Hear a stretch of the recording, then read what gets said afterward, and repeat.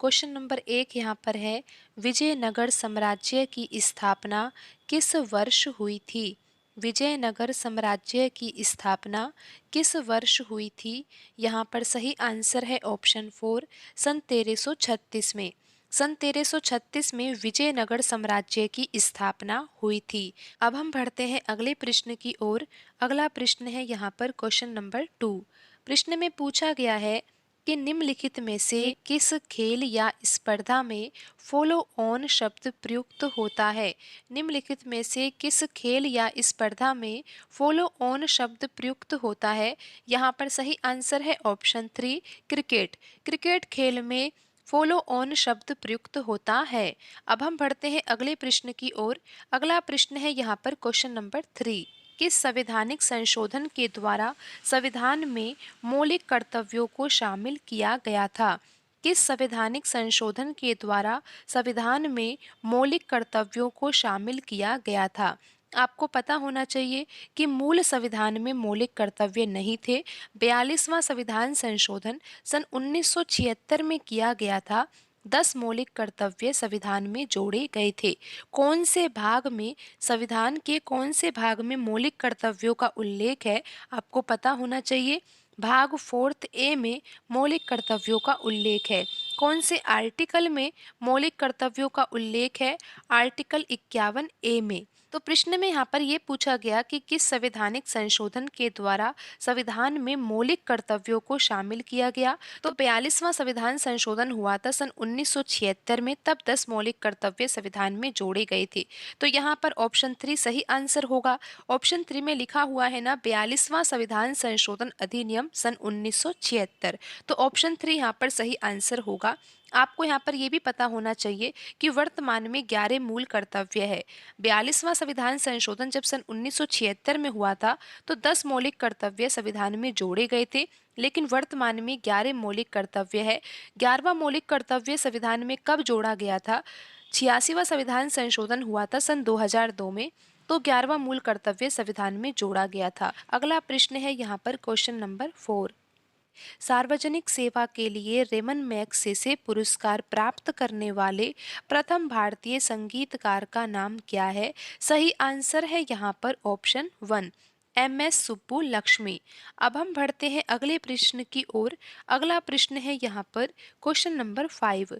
प्रश्न में ऐसा पूछा गया है कि निम्नलिखित में से कौन द बुद्ध एंड हिज धम्मा पुस्तक के लेखक है?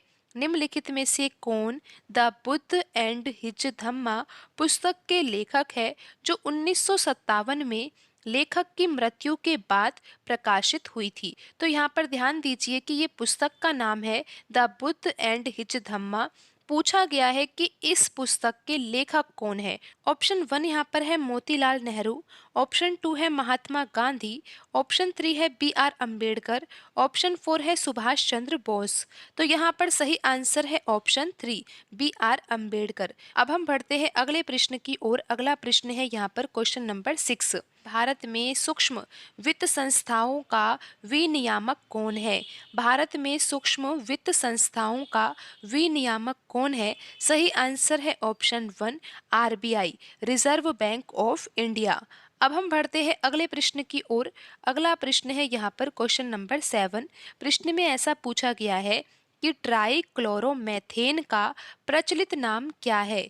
ट्राइक्लोरोमेथेन का प्रचलित नाम क्या है?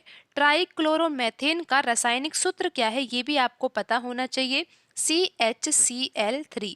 ऑप्शन 1 यहाँ पर सही आंसर होगा। अब हम बढ़ते हैं अगले प्रश्न की ओर। अगला प्रश्न है यहाँ पर क्वेश्चन नंबर 8। सीपी इल्बर्ट निम्नलिखित में से किसके अधीन परिषद के विधि सदस्य थे? सीपी इल्बर्ट निम्नलिखित में से किसके अधीन परिषद के विधि सदस्य थे? तो यहाँ पर सही आंसर है ऑप्शन 2, लॉर्ड रिपिन। अब हम बढ़ते हैं अगले प्रश्न की ओर। अगला प्रश्न है यहाँ पर क्वेश्चन नंबर 9।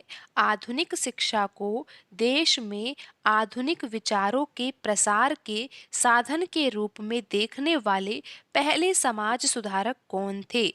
आधुनिक शिक्षा को देश में आधुनिक विचारों के प्रसार के साधन के रूप में देखने वाले पहले समाज सुधारक कौन थे?